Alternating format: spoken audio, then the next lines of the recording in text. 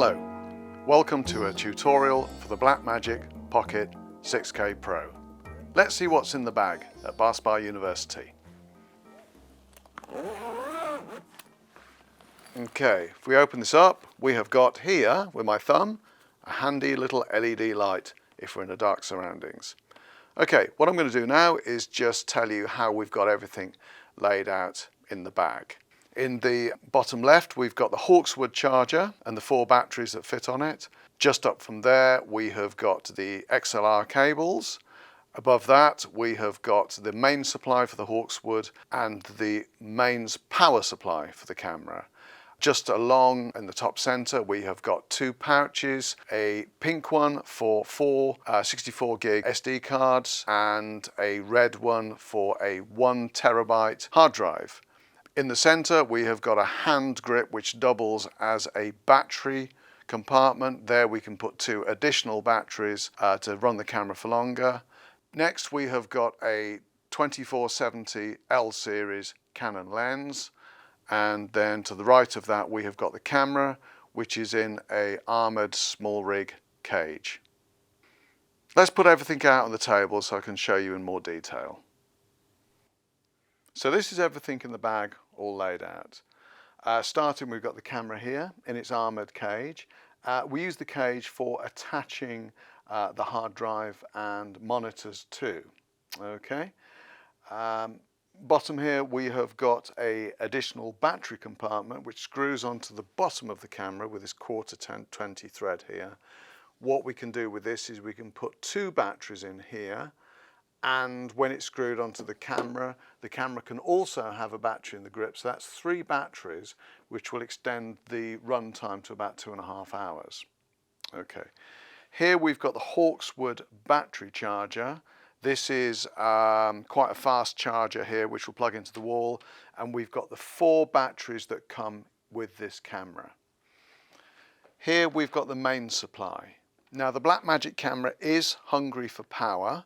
This is why we've got 4 batteries. If you're working in the studio or an interview situation where you've got access to mains power, I thoroughly recommend using the main supply just because it does eat up batteries. Here we have got the XLR connectors. Now you'll note we've got standard size XLRs here, but also we've got these minis here. The minis go into the camera, and these XLR connectors will then go into a standard XLR cable from a shotgun mic. Top here we have got a Selvit cloth.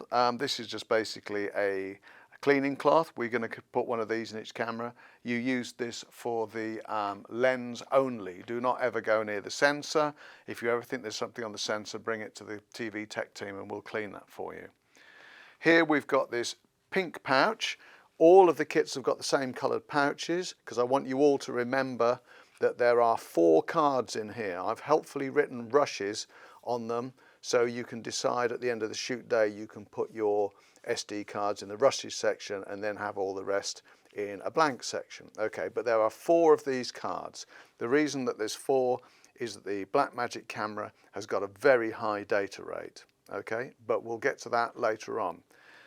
An alternative to using the cards, which most of you I think will do for when you start using 4K or Blackmagic RAW, is to use this 1 terabyte drive. And this will then just screw on with a 1/4 thread into the top of the cage somewhere. And this is connected through a USB-C connector from the actual drive itself into the side of the camera. And here we've got this wooden hand grip, which using the screws to the side goes into the cage, and this will enable you to get both hands on either side of the camera for handheld work.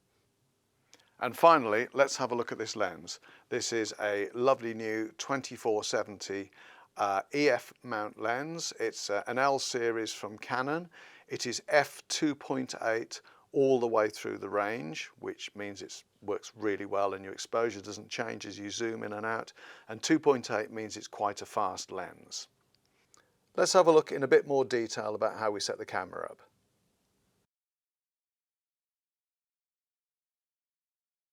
So the simplest way to power the camera is using one of the supplied batteries.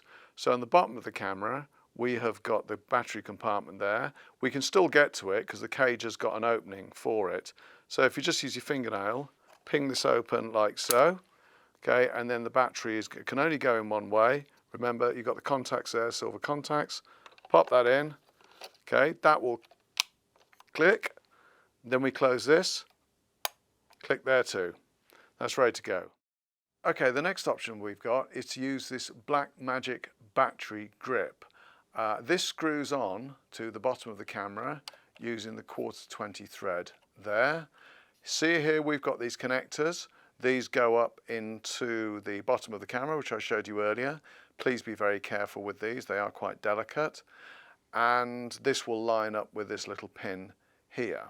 Okay, now on the side here we have got the this little tab, twist, open, and this pulls open to reveal 2 of our batteries in there ready to go.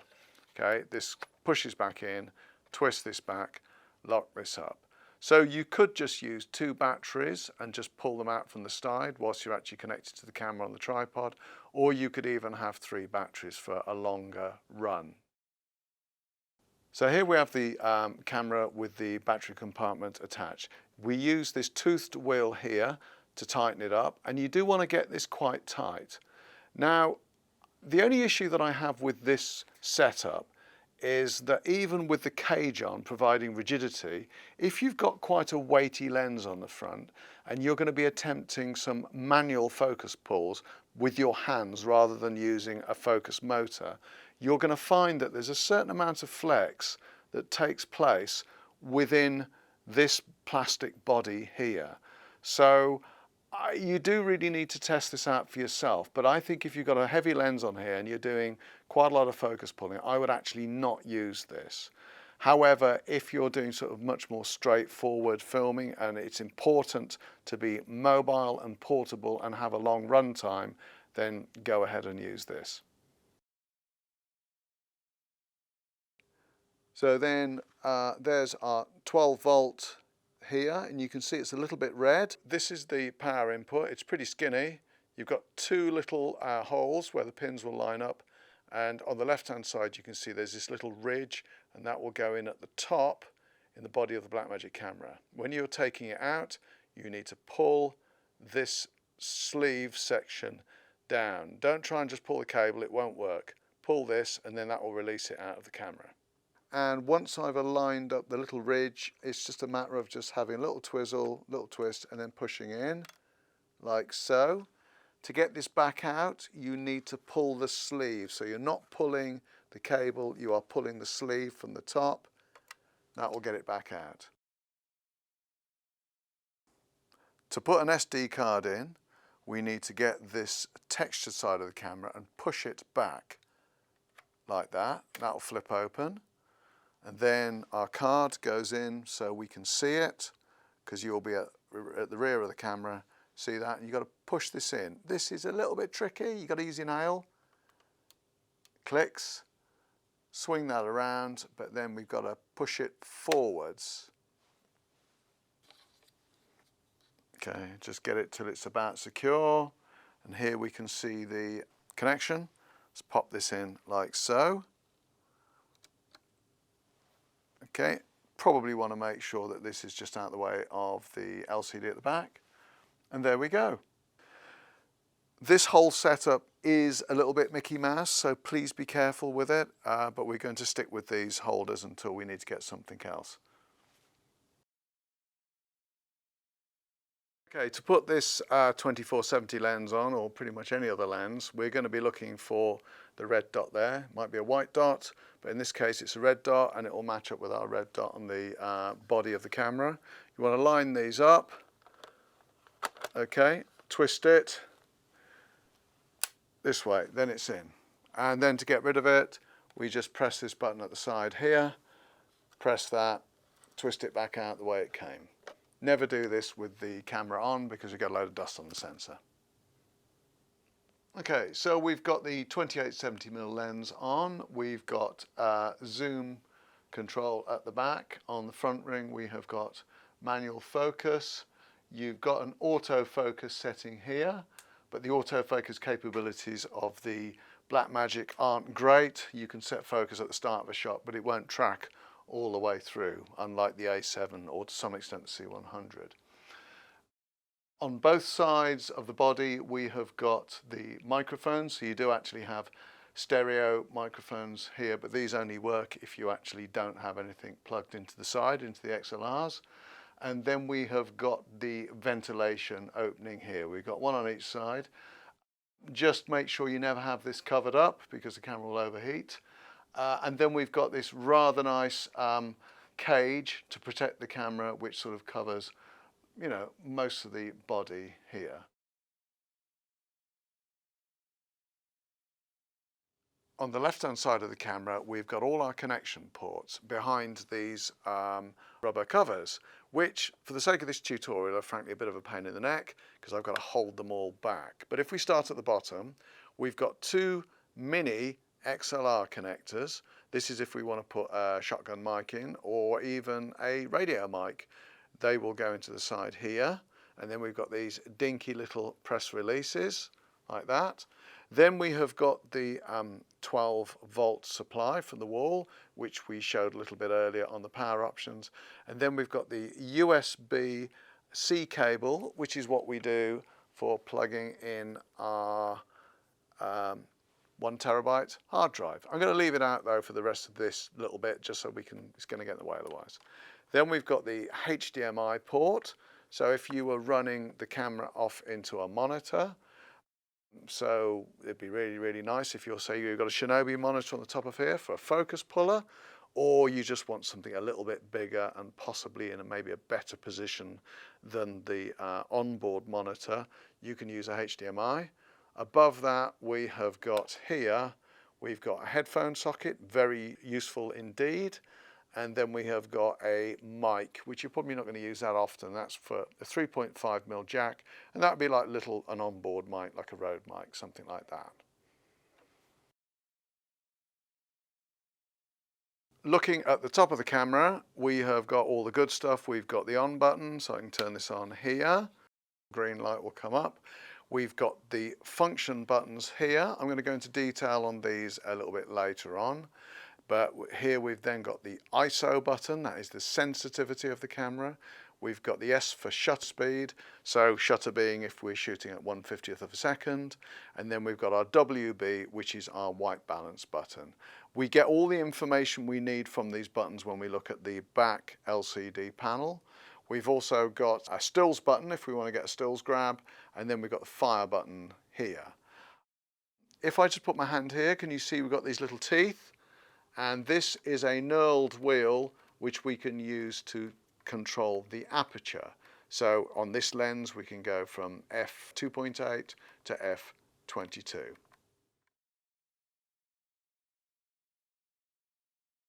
So our function buttons here, we've got function 1, 2 and 3. Function 1 is normally our false color. Function 2 is the LUT, which we put on to try and sort of decipher what our log footage looks like. It gives us an idea of how it will look when it's been color graded. And then function 3 for factory reset is normally the markers. To be honest, if I was shooting with some kind of crop frame, I would normally have the marker on all the time. So I'd probably reset this maybe to something like zebras. That's what would work for me.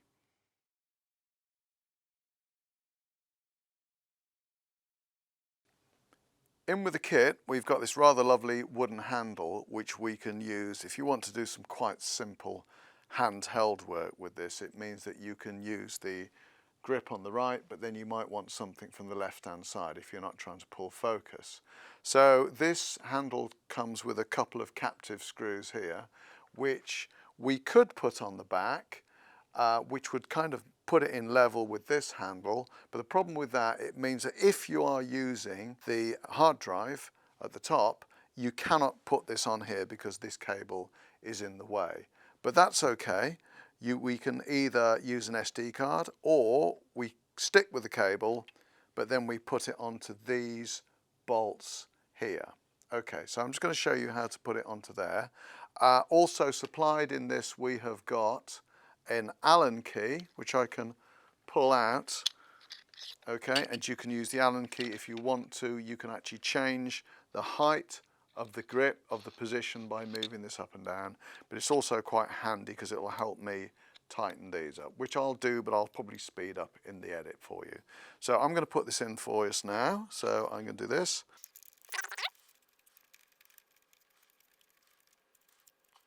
Use the Allen key for a little tighten.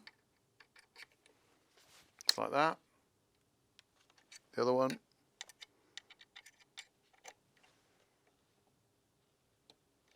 Okay, then I can then put my cable back in because I'm probably going to be working off the drive.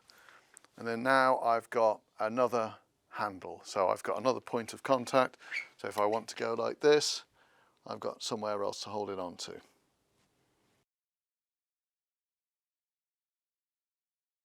So at the back of the camera, we have got our buttons here. Now we've got ND filters, which for those of you who haven't worked with me in the first and second year, I'll remind you, these are sunglasses, but instead of putting them in front of the lens, they are in between the back of the lens and the sensor.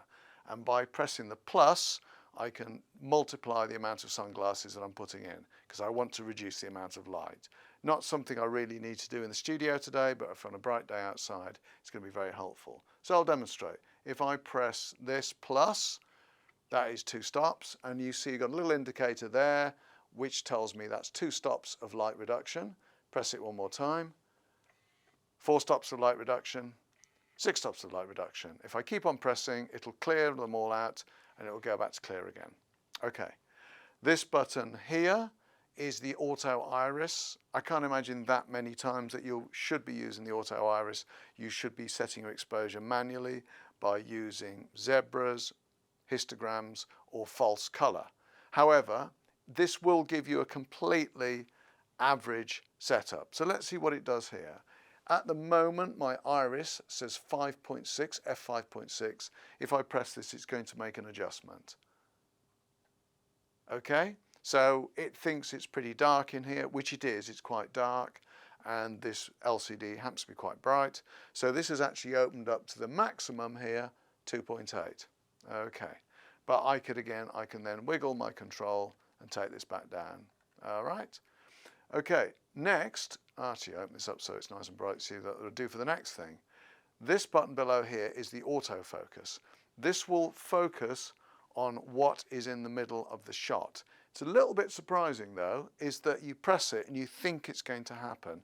It doesn't. It doesn't happen until you press and you remove your finger from it, and it'll only focus in the middle of the frame. So if I'll press this and have a look, and let go,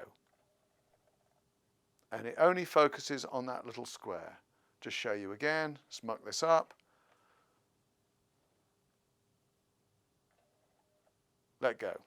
Okay, so there's our autofocus. It won't track anything that's moving. If you need something like that, you're going to either have to pull focus manually, or you're going to have to use a different camera like a Sony A7 or a Z90 that has got face recognition and better autofocus.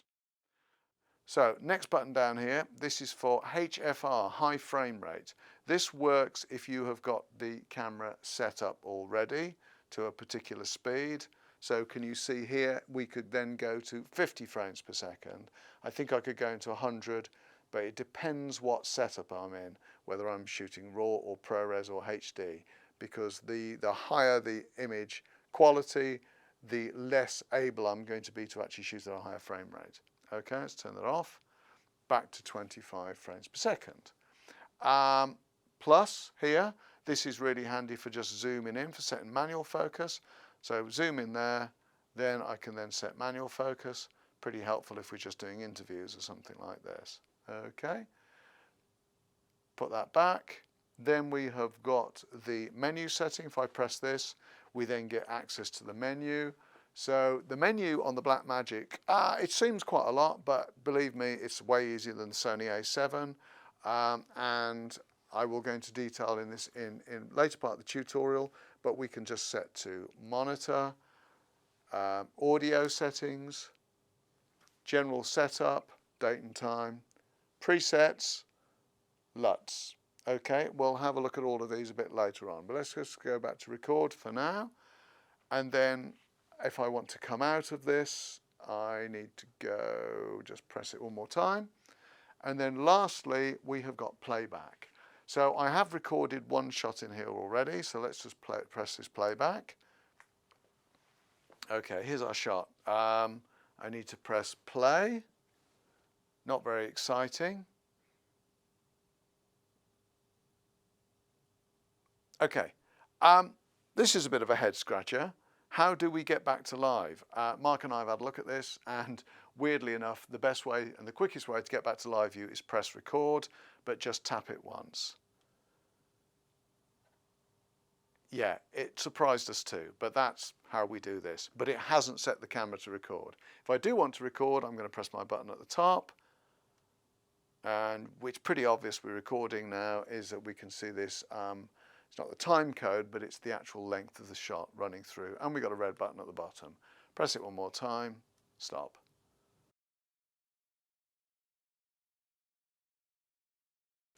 So at the back of the camera, we have got this touchscreen, and we've got all these icons up here, and we're just going to go through some of these. There's plenty of ways to get into the menu system. You can do some of it from the touchscreen, but also there is this button here, which we'll be using and looking at later. You can also get into the menu system that way, but also you can get into certain parameters along here as well. So let's just go through some of these and see what they do. So this guide up here, if I press this, oops, that one, we have got a mixture here. So we could go into here, set zebras, we could set peaking, we could set our frame guide. So at the moment it's at 16:9, which, because that's the format of this screen, doesn't change anything. But if I then took this to here, I can go to 2.1 or 2.35, you see. Or I can go to grids, and then again I could go to thirds here. Let's turn the grids on. So I could go to thirds, grids, or I could go to horizon. Okay, so I'm going to turn the grids back off, and I'm just going to go back to set this back to 16:9. Here's 16:9 there. This one here, this is safe area guide, and we can here, we have got false color, but we will be using one of the dedicated buttons at the top, false color. Okay. Next to this, we've got frames per second, FPS. It's 25. That's pretty easy. We can just scroll this up to what we want. These are the options that we've got. Normally 24, 25, 29.97, which is more relevant for sort of video production. But we're going to, for most everything we're going to do, we're shooting at 25 FPS. Unless you want to go higher speed, and then we have got the option of going to 50 on this camera, depending on what codec we're using. Okay, let's take that off. Iris, okay, so we can operate the iris through here. If I move this along, you will see that it'll get darker, okay. However, most of the time, you're going to be using the wheel at the front of the camera to operate the iris that way. Okay, let's see here. We've now got, this is the tally, which will show us when we're recording how long the shot is that we've done. Next up, we've got the ISO button, okay? So I can press this, and again, I can guide this up and down. Okay, see how it's getting brighter as I change the ISO. This camera has got two native ISOs. It's got 400 and 3200. That is for another lesson, but essentially 3200 is the native for when you're working in darker situations, and 400 is for when you're in brighter situations. But we can just crank this up and down like so. White balance, we can get to the white balance here, but remember we can use the white balance button on the top of the camera, but if we wanted to do it from here, again we've got presets, we have got daylight, tungsten, fluorescent. I mean, that's a bit of a guessing game what fluorescent is. Shade, cloudy, but for the most part we're using these. You can use auto white balance, but you know what I think about that. Never use auto white balance. What has happened, which is a bit strange, is that the white balance we've chosen here has now got a tint on it, which we don't want. So I'm just going to take us back to, okay, here. And then this is the tint, which we can mess around. CWB is custom white balance, but we're not doing any customization in here today. We are just keeping that at 0 at tungsten. Okay, so at the moment we're running on mains. So I've got a plug in the side of it because the camera eats up batteries. Again, as I covered this, we can go into the menu system there. Then at the bottom we have got a histogram, which is showing me my, it's an exposure guide. We've got a fire button. Let's see if this will record. Yeah, see that's recording quite clearly there. We have got fire buttons, physical fire buttons on top of the camera. Then we have got our storage options here. Storage, what we're going to record onto. So at the moment, can you see that this is highlighted in blue? This means that we are going to the SD card. To the left of that, this is where we would have the CF card. We don't supply CF cards. CF is compact flash. We don't supply CF cards with this camera because they cost a load of money. So we only supply SD cards, but also we then have got a hard drive on top, which is quite definitely the easier recording solution, but it does come with its own problems, which we're going to talk about in the other chapter. Okay, but we can select from one to the other. So at the moment we're on the SD card, but if I select that, that goes blue, and I then am going to choose here the USB, because it's connected by USB. I can tap on that one. Okay, and then I get to exit, and can you see now we're on blue on that one. Okay, to the right hand side we have got our audio indicators. The camera has got its own little left and right microphones. So at the moment, if I just tap this, can you see the one side is a bit louder than the other side? So this is just getting our ambient track, or for if we put a slate on, it'll record that fine.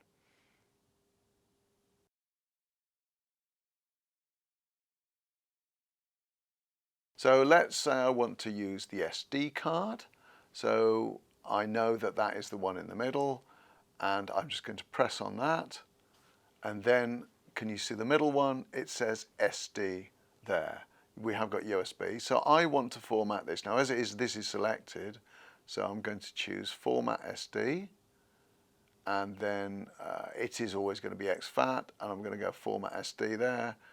And then this gives me a chance to bail. But I'm going to continue with this and go Format SD. And then what this requires me to do is hold this for 3 seconds, just in case I change my mind.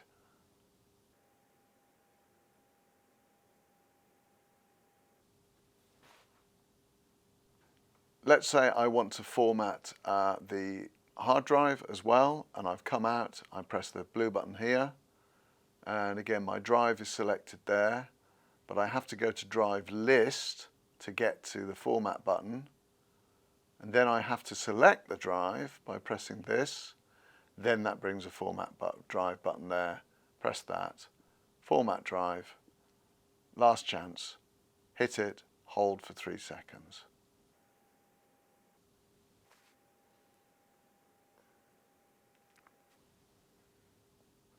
And then exit.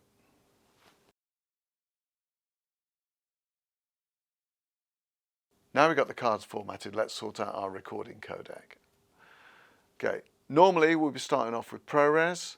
422 is kind of your medium to top quality. We have got HQ, but I don't see any point in doing that.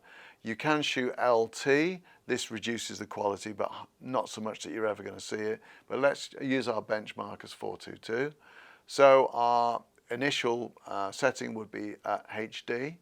Then if we want to go 4K, it's what's called Ultra HD. It's a shade off 4K, 4,000 lines, but this is basically it's HD format, which is 16:9, and it's 16:9 ratio, but at Ultra HD. You can go 4K DCI, which is true 4K, because then you've got over 4,000 lines, okay? So moving on to Blackmagic RAW, okay. The standard setting for this is 6K. We can use any of these other settings, but what happens is if you use a smaller sort of data rate is that you end up cropping in. You're not recording the whole 6K of the sensor, which means your lens ends up being a much narrower lens. So it's something that you have to think about. I mean, with 6K 2.41, see it says sensor windowed, that will just give you a crop top and bottom. That's kind of fine. Same with the anamorphic, though we haven't got the anamorphic lenses. But once we get on to say 2.8K or 4.7 or 4K, again, which says sensor windowed, it means that you're going to end up with a much narrower field of view, which is quite confusing, and you might not want to go down that route. Okay, so really 6K is your sort of your benchmark for shooting Blackmagic RAW, but you will end up with a lot of data. Also, you cannot shoot these on the SD cards because the cards aren't quick enough to process all the data, so they will top out after about 6 or 7 seconds.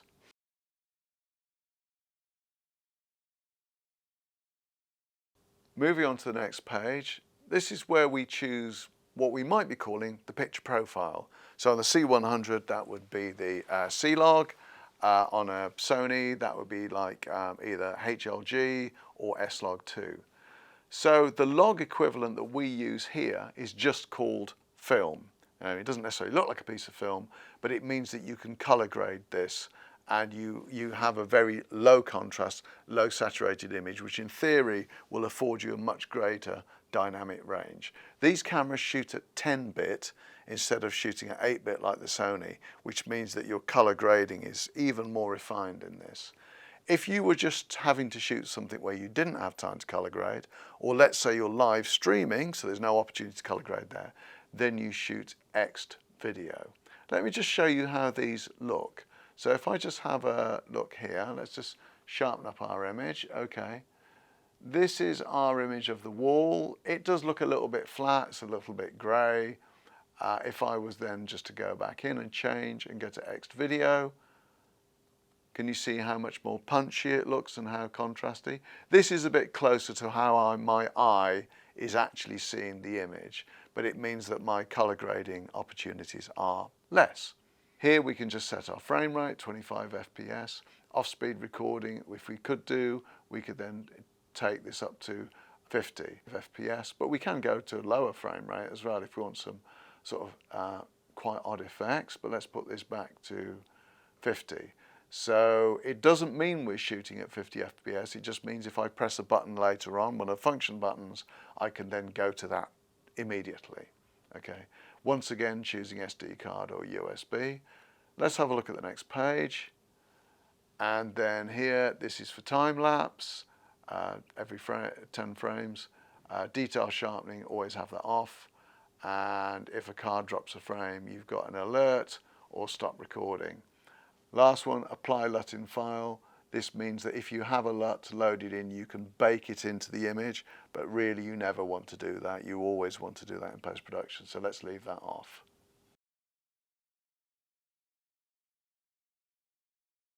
Moving on from the record tab, let's have a look at the monitor tab, which is the next one here. Okay, so what we've got here is a button for LCD, button for HDMI, button for viewfinder. Now, if we had a viewfinder, it would go on the top, but we haven't got any viewfinders. But what we can do is we can customize what we are seeing on the displays from either the LCD or the HDMI. You probably never really want to do this, but let's say if you've got a HDMI feed coming out, you might want to look at different aspects of it. So, you know, you might want to look at your grid lines, or you might want to look at zebras or something, which you wouldn't necessarily want on one display or the other. Another example might be you might want a completely clean feed for clients, but on the camera you're still going to want all of your camera data on the back. And so LCD, this is what we're set up to see at the back here, but if we went to HDMI, then we could then change all of these. You can have either the clean feed off, or we can get in and show our zebras, focus assist. You know, we can do all of these like that. Okay. Just looking at the next page here. Again, LCD, status text on. So if we turn all of that off, let's see what we see. See, now we've got a clean feed. Okay. We normally want this on. At the moment, we're on codec resolution. So can you just see resolution down there, 6K? But I have lost my meters. If I go back and go meters, then I've got the meters. So depending on whether you are recording in camera, your audio, or whether you're recording dual system, that sort of depends whether you, again, you want to see that moving around or not. Anamorphic desqueeze, don't worry about that. We haven't got any anamorphic lenses. Let's look at the next page. Okay, this is when we can set zebra levels. We can also set focus peaking colored levels, focus assist levels here. Let's move on. Frame guides, this is quite handy. At the moment we're on 16:9, but because it's 16:9 display we can't see it. But if I wanted to come here to 2.35, let's see if we can see that now. Now you see we've got a 2.35 display on there. Okay, you could just put this back to normal. If we have this on 16:9, you could just shoot with a safe area guide. This is quite a common one. If you just want to make sure everything's in shot, you make sure all your titles are in, things are important. Let's have a quick look at that. Okay, and now we can see we've got a safe area guide of 80%. This is less common nowadays, but I mean people used to do this because you could never be quite sure what display you were going to be looking at, particularly when you were looking at CRT monitors and 4:3. But now pretty much everything is 16:9. You're pretty sure that you know what you're going to get. It's more useful for actually thinking about where your titles are going to go, just make sure they are well within frame. Okay, let's come back. Next page here, LCD brightness, normally leave it at 50%. It's a pretty decent monitor. If you're outside and it's really bright, you might want to crank it up a bit. But everything you do like this will reduce your battery life, so just bear that in mind.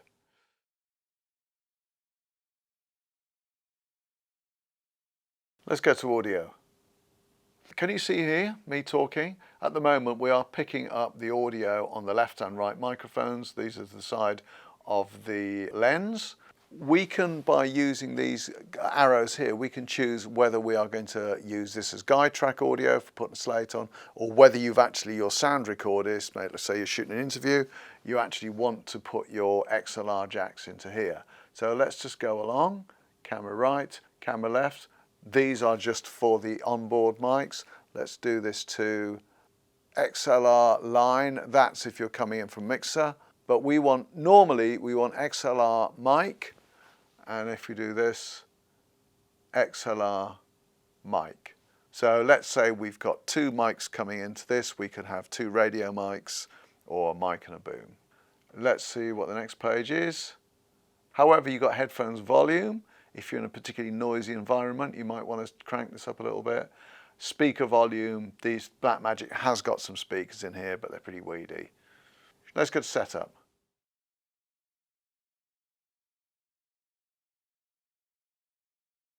Here we have the setup tab, and then on the first page we can set date and time. Okay. Here we've got shutter angle, shutter speed. We'll stick with shutter speed because that's what we've been teaching you for the last 3 years. Change the English language. Always make sure that you're on 50 Hertz and you can display the ND filter as a number or a stop or as a fraction. These are function buttons. The function buttons, if I've not covered it already, I will be covering in a separate chapter. But what we could choose to do is change what the function buttons do. At the moment, they are from the factory reset, which is a good place to start. Function 1 will be false color. Function 2 will be the display LUT. Function 3 at the moment is whichever frame guide that you've got set up already. Moving on.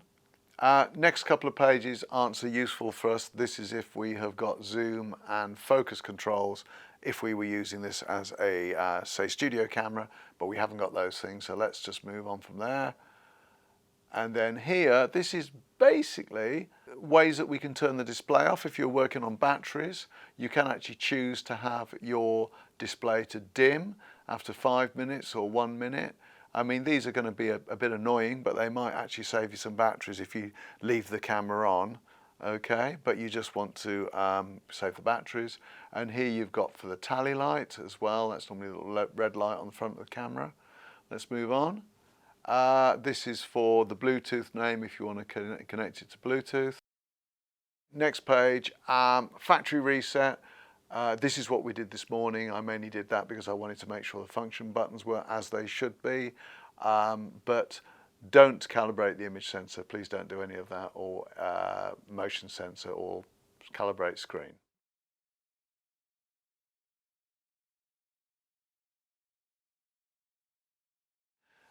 These are the LUTs that we have been given. So when you go onto the function key and you're looking at your log footage, which is the film, then you can have an idea of how it's actually going to look once you've color graded it.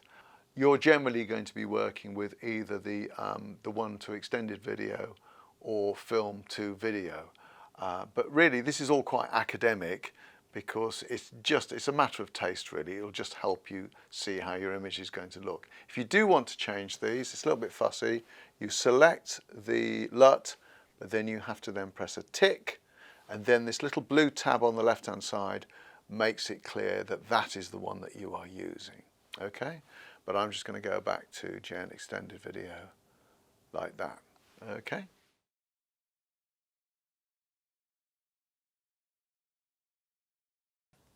So let's have a look at how we can use false color to correctly expose the film picture profile on the Blackmagic. Now what we're looking at the moment is the film profile, which is quite grey, it's low contrast, it's desaturated, and it's a bit difficult to expose. So Mark, if you could go on the iris control at the front of the camera and go up a stop below and a stop above, you'll see it's bright, but then if we go a stop below, it's still not totally intuitive as to how you would actually set exposure on this. So let's put this back to f4, which we know is about right at the moment. But what we're going to do now is I'm going to show you, we're going to put what's called a LUT on it. Now this gives you an idea of roughly what it would look like if we did some color grading. So that's going to be f2. Okay. So this is not what we're recording, but it gives us an approximate idea of how it will look. Again, Mark, if you can go a stop above and a stop below. So that's a stop above, 2.8, obviously going to be a bit hot. And then let's go to a stop below, f8, no, 5.6. Okay, so it's quite dark as well. But nonetheless, there's a bit more scientific way of doing this. So let's put this back to f4. Okay, let's take the LUT off. So let's press f2 once. Now let's go and put false color on. Okay, false color. What this is doing is that this is giving us a representation of the exposure. I'm probably going to put a little graphic in here as I talk about this, but I'm also going to point to this chart over here. So can you see that we've got red and it goes all the way down to purple. Now this corresponds with what we can actually see in the frame. If I go back up to the red, red means something is overexposed and clipped. There is no additional detail in there. This is pretty obvious because we've got this light here blasting into the camera. There's no way we're ever going to get anything out of that, and that's kind of fine. If we then go down to the other side of the room over here, we have got these drapes, and the drapes are a mixture of purple and blue, okay? Blue at the bottom. If I go back to my chart down here, can you see that we've got a mixture of purple at the bottom and blue? Purple means there is no data in there. That has clipped to black. Now that's not the end of the world because we are looking at some drapes at the back of the room with very little light on them. So we accept that that is black. But it did mean that if we ever wanted to grade up those drapes, there's nothing in there. And depending on what ISO setting we have, it's just otherwise it's going to just be noise if we try and grade that up. But that's okay for now. So we've kind of got a bit of an average exposure there. But really what we are now actually looking at, what is more important is that we're looking at the skin tones on my face. So if we go back to the chart here, we have got, the areas we're most interested in is this green, then we've got the grey, and then we have got the pink.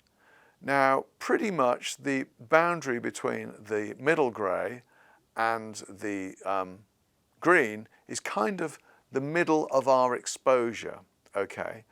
And we're thinking about my skin tones could be a bit brighter than that.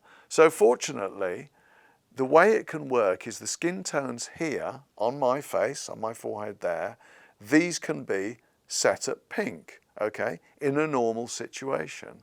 So what we've got going on here is that we've got pink on my face, and then we have got a grey here, which if we look at the left-hand side, we're going from pink down to grey, and then we are then getting into green, okay. Where it gets more complicated is that we've actually got another grey. We've got a dark grey, which if we have a look at over here, is this grey down here. In reality, this is this grey on the side of my face, which has not got hardly any light on it, so we're letting that go dark. But the thing is, it's nowhere near the blue, okay? So there's something in there, but it's not particularly brightly exposed. But that's what we would expect. So I'm going to ask Mark now to go to overexpose, to go to 2.8 by using the false colour. Okay. So we can now see that the pinks are kind of being driven away, and we are now moving up to this pale grey here, which is matching this pale grey over here. Again, it's not overexposed, it's salvageable, but it is looking maybe a little bit brighter than what we would want to use for me being normally lit. If we go the other way, Mark, if you can now expose back down to 5.6, which is 2 stops difference, now what we have got is we've got green, but the brightest part of my face is below our middle exposure, which really is a bit wrong. If you think about my skin should be, as a percentage, it's closer to white than it is black. So this is actually now looking quite dark, so I wouldn't set this there at all. Also, if we go back to the drapes, all of the drapes, the curtains, are now in purple. There's absolutely no signal in there, which meant if we tried to bring this up, we would bring noise out of here, depending on what our ISO setting was. So I'm going to let Mark have a twiddle. It's probably going to go around to about f4, but let's see where we think this is going to look on my face.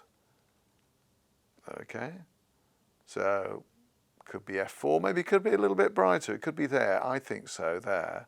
Maybe a little bit. So now let's go back to take F1 button off, which is false colour. Great, okay, that doesn't really look like anything. Let's have now a look with the F2 on, okay? And then again, this is going to look a little bit rough because we've got a camera filming the output from another camera. But I can see, looking at the monitor in the room, I'm looking about roughly well exposed there.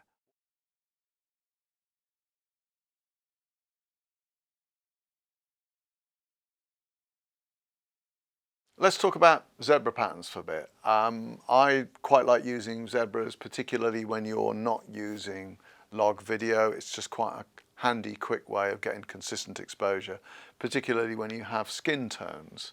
If you've got an actor, you can set skin tones on their hand or on their face.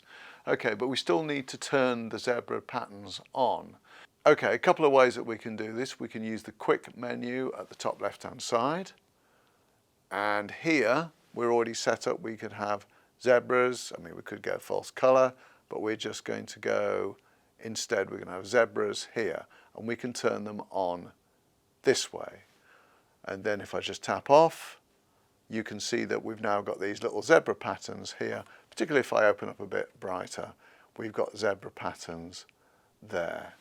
Okay, the other way that we could get these on or off is that we could then go to menu, and then we could then go to, in LCD, we have got zebra patterns, and we could turn them on or off in there. Okay, let's see, this is how I would set some exposure. Oh, by the way, the zebra patterns are at 75. Let's go to quick menu, just see. You see here, this is the quick way. I can scoot these up and down. The lowest it'll go will be 75, higher is that, but let's just go 75 for now. So I'm going to put my hand in shot. Mark's going to put focus onto the hand for me. Let's do that. Okay, so that's the zebra pattern on the highlight of the hand. I personally think that's a little bit hot, so if I just get my aperture here, I'm going to take this down. What you want is 75 to be kind of at the brightest part of the hand. It could be somebody's face, maybe on their nose or on their cheeks, on their forehead. It's just the brightest part of the frame. And that's a fairly rough but quite a consistently good way of setting an exposure, because it means that at 75% the hand is not burnt out, there's still detail in there, but then everything else will fall away from there. Obviously the hand below at the bottom is very, very shadowed. It is about making a judgment call as to how you want to expose, but this is quite a handy way of doing this.